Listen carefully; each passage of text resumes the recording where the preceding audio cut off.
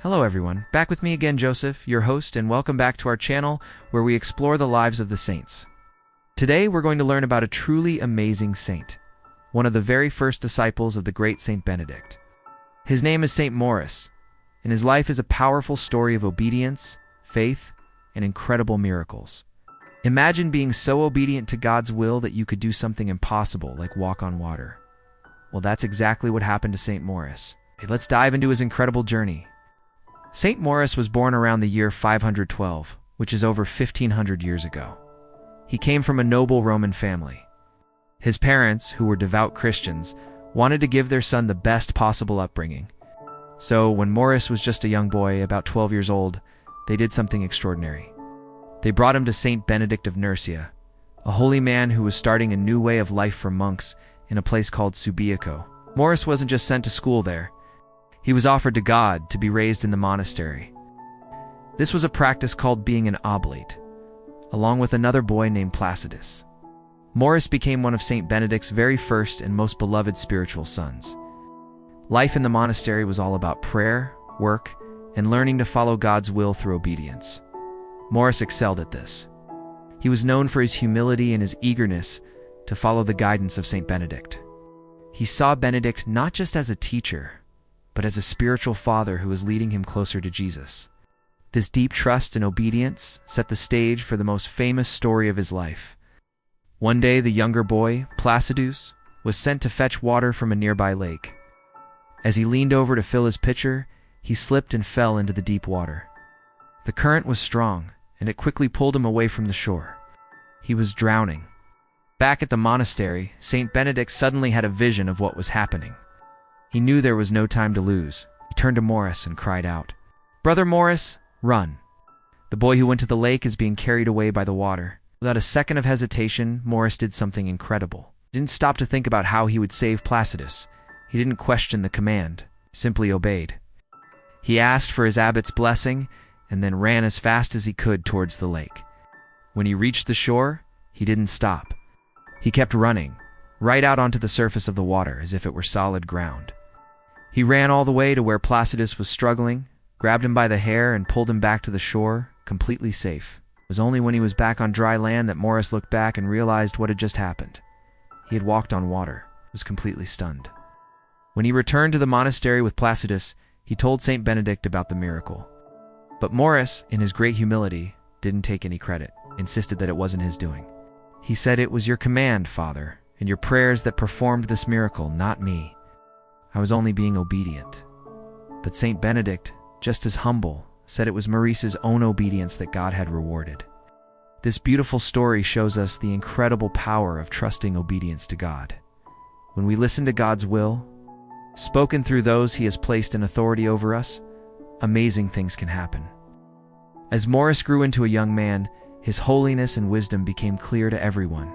He was ordained a deacon, and when Saint Benedict left Subiaco to found his famous monastery at Monte Cassino, he trusted Maurus enough to leave him in charge of the original community.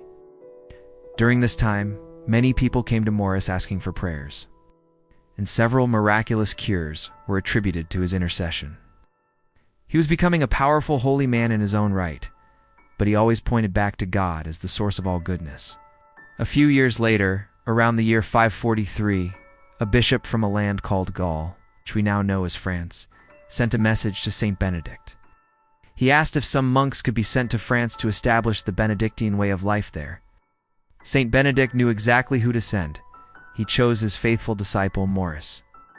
So, Maurus and a small group of monks set off on a long and difficult journey from Italy to France. The legends of his journey are filled with stories of miracles. It was said that along the way, he healed the sick and injured people they encountered, showing God's love and power to everyone they met. When Maurus arrived in France, he was welcomed with great joy. With the help of the local king, he founded the very first Benedictine monastery in Gaul, called Glanfuel Abbey. He became its abbot and led the community for many, many years, teaching them the rule of Saint Benedict and guiding them in a life of prayer and work. The monastery flourished under his leadership.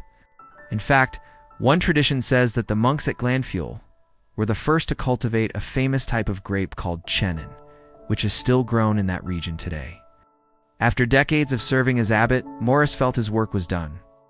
In 581, he resigned from his position to spend the last few years of his life in solitude and prayer.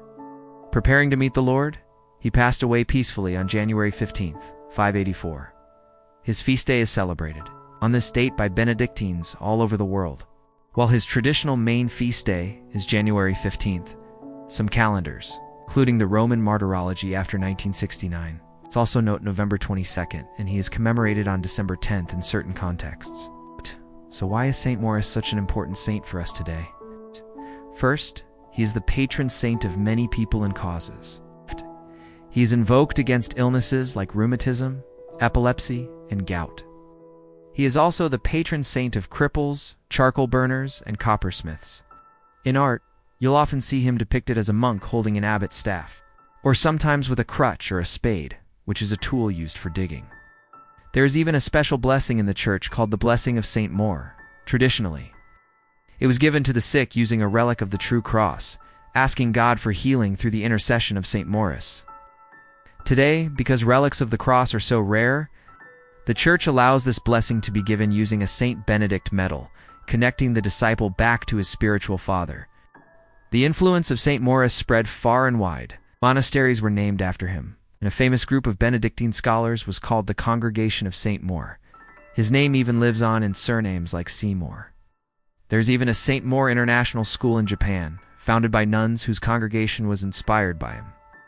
His legacy has truly touched every corner of the world. In fact, he is even venerated in India, in a village in Kerala, where a church and chapel are dedicated to him.